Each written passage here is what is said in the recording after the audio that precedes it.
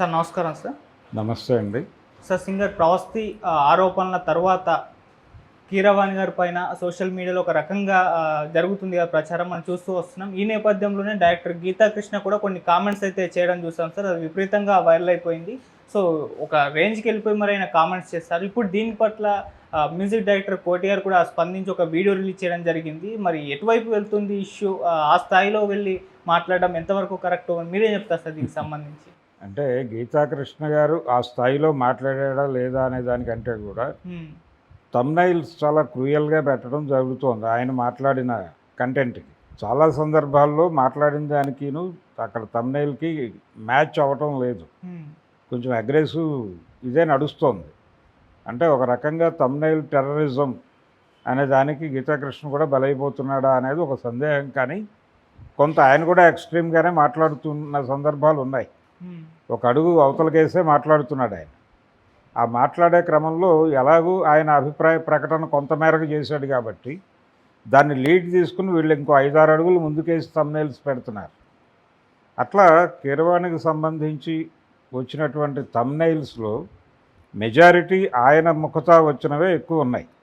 వాటిలో కూడా అంటే పోక్సో యాక్ట్ కింద కీరవాణిని అరెస్టు లాంటి థంబ్నెయిల్ వచ్చే అవకాశం ఉందని నేను అనుకున్నాను. వచ్చేసింది ఒక 2 డేస్లో. నేను షాక్ అయ్యా, ఇదేంటి నిజమా, ఇలా ఇలా కూడా ఆలోచిస్తున్నారా ప్రపంచం అని.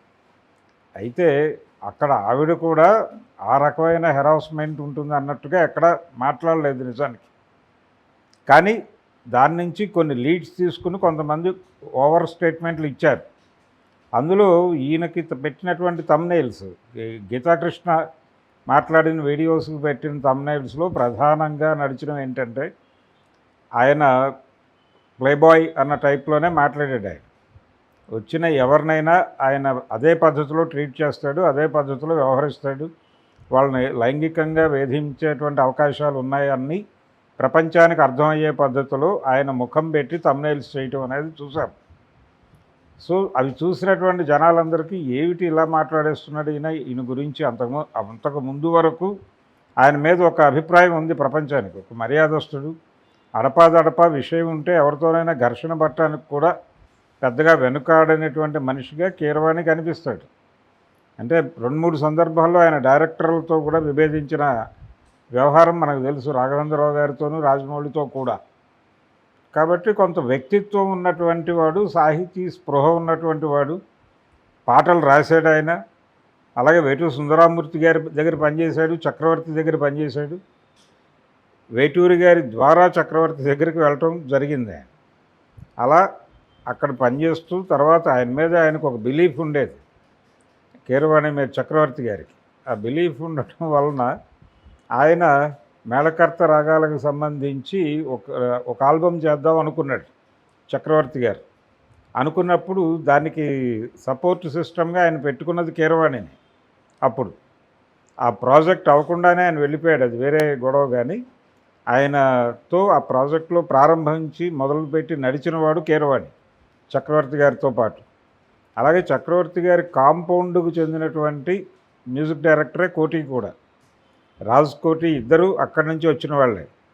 సింగర్ మను అక్కడి నుంచి వచ్చినవాడే. అలాగే మ్యూజిక్ డైరెక్టర్ వందే మాతరం శ్రీనివాస్ గారు అక్కడి నుంచి వచ్చినవాడే. ఇలా అనేక మంది, కృష్ణా చక్ర అక్కడి నుంచి వచ్చిన వాళ్ళే. అలా చాలామంది ఇండస్ట్రీలో ఉన్న పెద్ద మ్యూజిక్ డైరెక్టర్లు అందరూ చక్రవర్తి గారి కాంపౌండ్ నుంచి వచ్చిన వాళ్ళే ఎక్కువ మంది కనిపిస్తారు. ఈ క్రమంలో వీళ్ళకు ఒక బాండింగ్ ఉంటుంది అక్కడ, కీరవాణికి అలాగే కోటికి కూడా.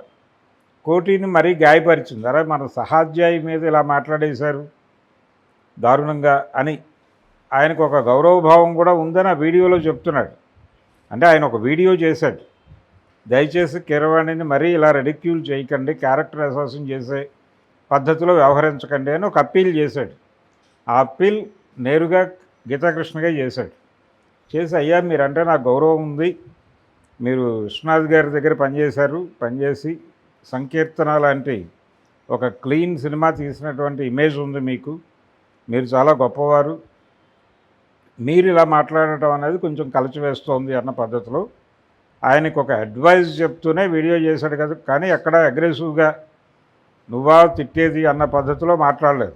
అనునయముగానే ప్రాధేయపూర్వకంగా దయచేసి ఇలాంటివి చేయొద్దు. ఒకవేళ మీరు మాట్లాడని పక్షంలో థంబ్నెయిల్స్లో అభిప్రాయం ప్రకటన జరిగి ఉంటే దాన్ని పరిహరించడానికి ఏదైనా అవకాశం ఉంటుందేమో ఒకసారి వెరిఫై చేయండి అని కూడా ఒక సూచన చేసే ప్రయత్నం చేశాడు ఆయన.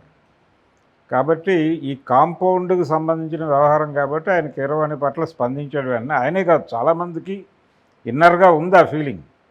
అంటే ఆయన అలా బిహేవ్ చేసి ఉంటాడా అనే విషయంలో గందరగోళం ఉంది. కానీ కీరవాణి కూడా ఇలా సైలెన్స్ మెయింటైన్ చేయకుండా ఓపెన్గా ఆ అమ్మాయిని, అమ్మ ప్రవస్తి నీకు ఇలా అనిపించిందా మా బిహేవియరు, అందుకు మేము నిన్ను క్షమాపణలు వేడుతున్నాం, మమ్మల్ని మన్నించేయి, ఒకవేళ నీకు అలా అర్థమయ్యేలాగా మేము ప్రవర్తించి ఉంటే, కానీ మా ఇంటెన్షన్లో నీ పట్ల వ్యతిరేకత లేదు, కానీ మా బిహేవియర్ నుంచి నీకు అలా అర్థమై ఉంటే క్షమాపణలు వేడుకుంటున్నాం, వచ్చి నువ్వు హాయిగా పాడుకో, తప్పు ఇలా మాట్లాడటం తప్పు, నీకు చాలా సుదీర్ఘ భవిష్యత్తు ఉంది అని చెప్పి దగ్గరికి తీసుకుని ఆయన ఓదార్చే పద్ధతిలో మాట్లాడుంటే బాగుండేది. జెంటిల్గా ఉండేది, హంబుల్గా ఉండేది. ఆయన ఎందువలనో కొంత మీడియాకి ఈ వ్యవహారానికి దూరంగా మసులుకుంటున్నాడు. అలా కాకుండా నేరుగా ఆయనే ఓపెన్ అయిపోయి మాట్లాడవచ్చు. ఇలా గీతకృష్ణ లాంటి వాళ్ళు మాట్లాడిన దాని మీద కూడా ఆయన ఓపెన్ అయి మాట్లాడవచ్చు. ఏం తెలిసి మాట్లాడుతున్నారు మీరు అని. కానీ ఒక సపోర్ట్ సిస్టమ్ అయితే కనీస బాధ్యతగా భావిస్తారు స్నేహితులు. అవతల ఫ్రెండ్ కష్టాల్లో ఉన్నప్పుడు ఒక స్నేహితుడిగా స్పందించి 4 మాటలు చెప్పడమే కదా చేయగలిగింది. అది చేశాడు కోటి. అది చేయటం ద్వారా ఒక సాలిడారిటీని వ్యక్తం చేశాడు. ఇండస్ట్రీ, మ్యూజిక్ ఫ్యామిలీ అంతా ఒకేలా ఉంది, ఒక దగ్గరే ఉంది, మేమందరం నీ వెనకాల ఉన్నాం, నువ్వేం టెన్షన్ పడద్దు అనేటువంటి ఒక